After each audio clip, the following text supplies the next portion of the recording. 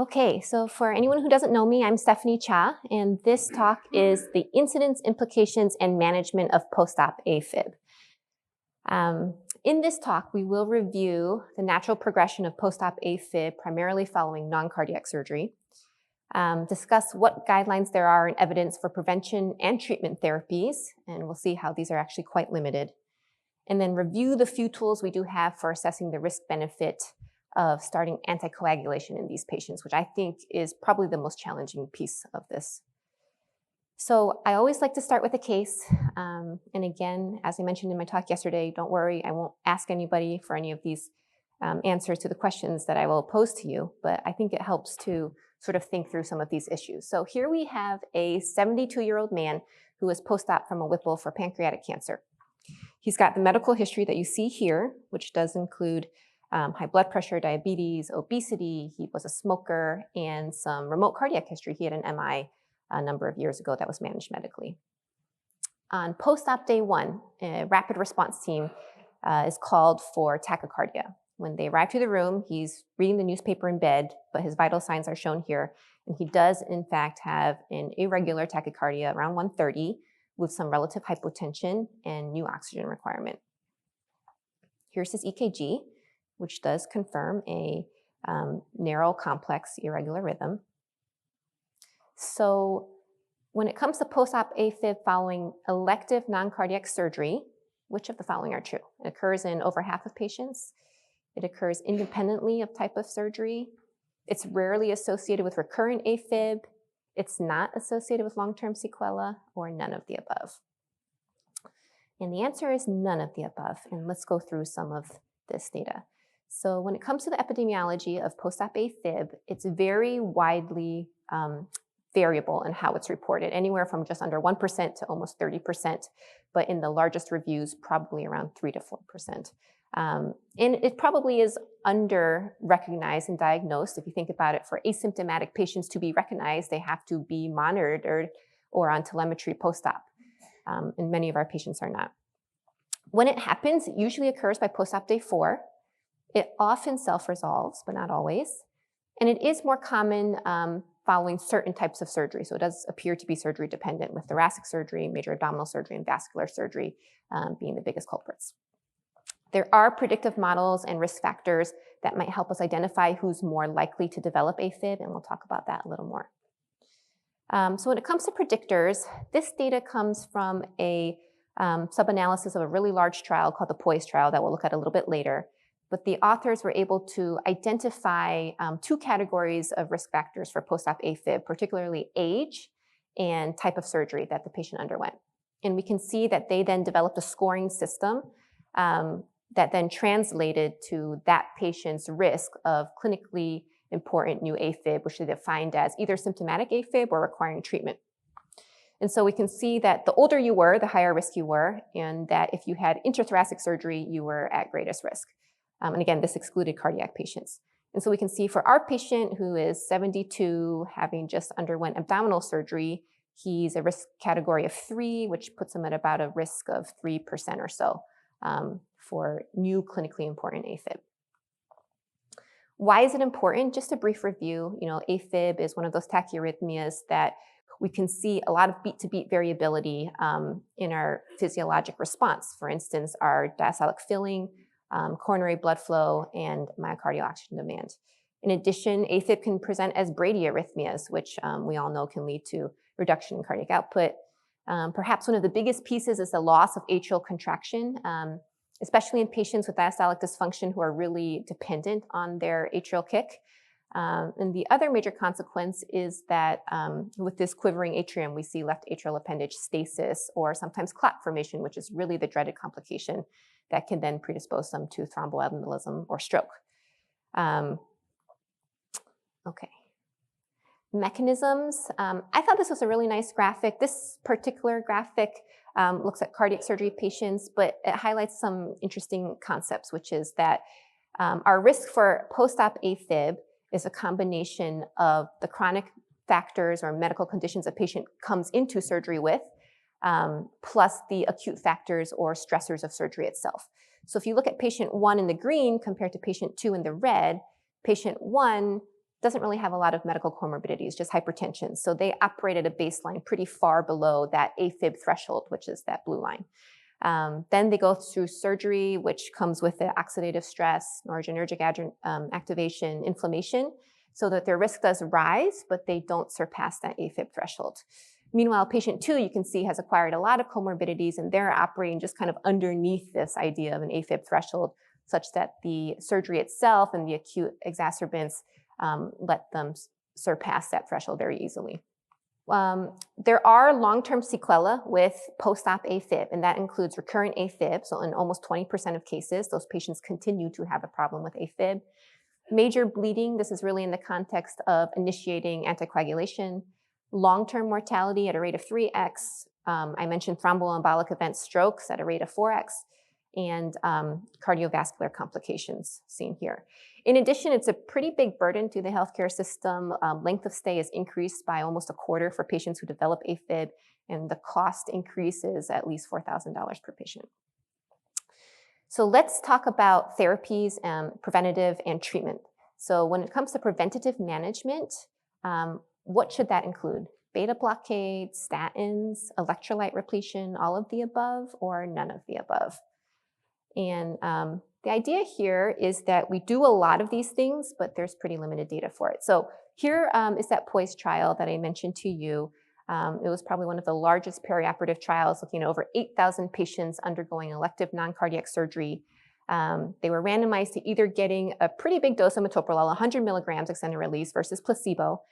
And while they did find that metoprolol seemed to be protective in that those patients in the metoprolol arm had less AFib, so about 2.2 versus 2.9%, it came with an increased incidence of stroke and mortality. So it was a pretty big compromise. And so what we don't know is what's been widely criticized is that large dose of beta blockade given in that trial. But what we don't know is if there is a smaller dose of metoprolol that can confer the same protective benefits without the increased risk of stroke and death. As for the other therapies, a lot of it comes from cardiothoracic surgery trials, of which even then it's still pretty limited. They include statins, colchicine, mag repletion, amiodarone. So there really is, the bottom line, no clear justification for the use of any of these agents perioperative as a preventative therapy. I included this year because there was a recent review that looked at potassium repletion. This data came from cardiac surgical patients, and I included it because those patients are at the highest risk for post-op AFib. And so they put patients in either a relaxed potassium control group or a tight group. The relaxed group aimed for potassium over 3.6 and the tight control group over 4.2. They did have pretty good separation between the two groups. We can see the tight group did indeed have higher potassium levels compared to the relaxed group, but they did not find any significant difference in the incidence of new onset AFib in this population, so 33% reported in this patient population, or any of the other outcomes such as hospital length of stay or inpatient mortality. So let's move on to treatment. Treatment of new onset AFib of this patient should include which? Cardioversion, anticoagulation, rate control, rhythm control, all of the above, none of the above. If we remember our patient and ACLS,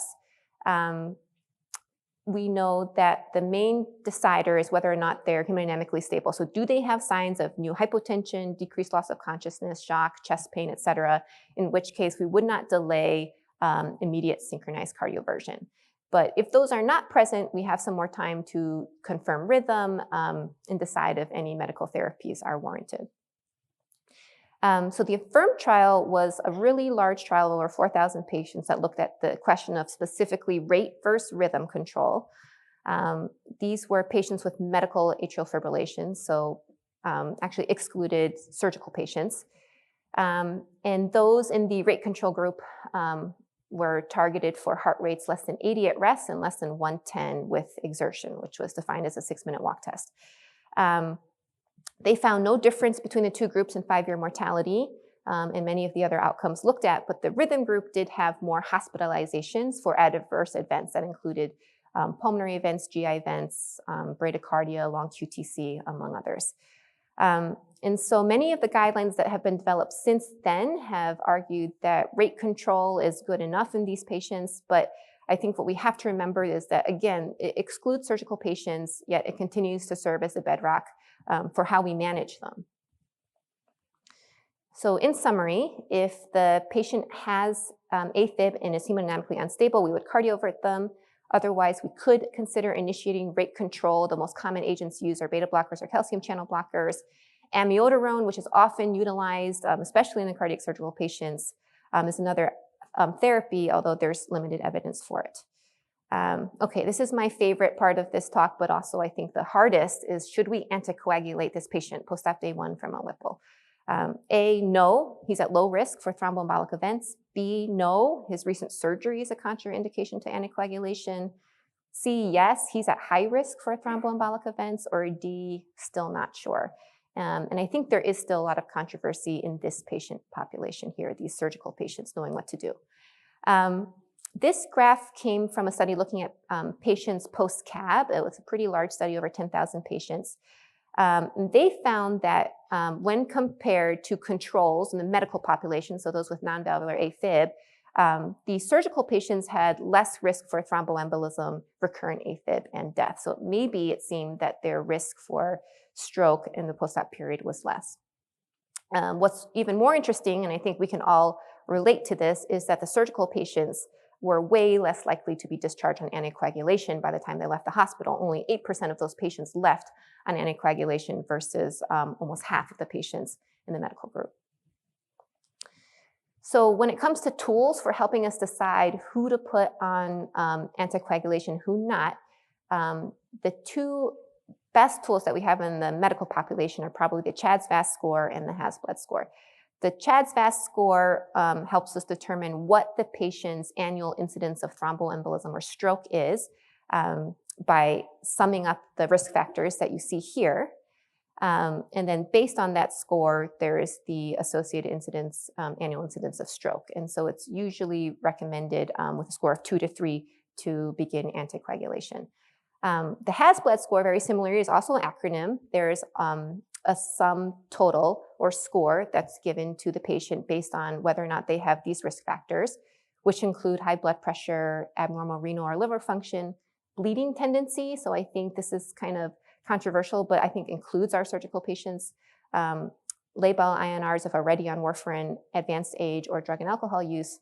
And it then assigns that score with a rate of major bleeding. And if the score was 2, it was associated with a risk of 4% major bleeding, and 3 or greater, 8%. So it was suggested to maybe hold anticoagulation in patients with a score of 3 or greater.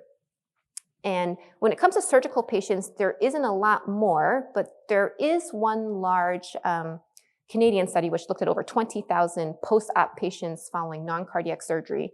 And they actually reviewed the CHA2DS2-VASc score and HAS-BLED score for those patients and followed them up, I think, for a median duration of 4 years.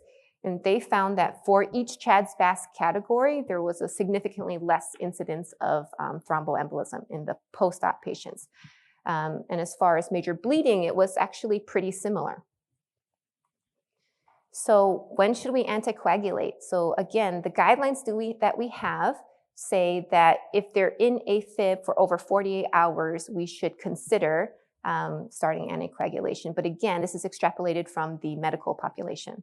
Expert consensus suggests balancing the CHA2DS2-VASc score with the HAS-BLED score, as I've shown you, although really neither score is validated in surgical patients, and that the incidence of stroke from the study I've just mentioned may be overall less than in the medical population.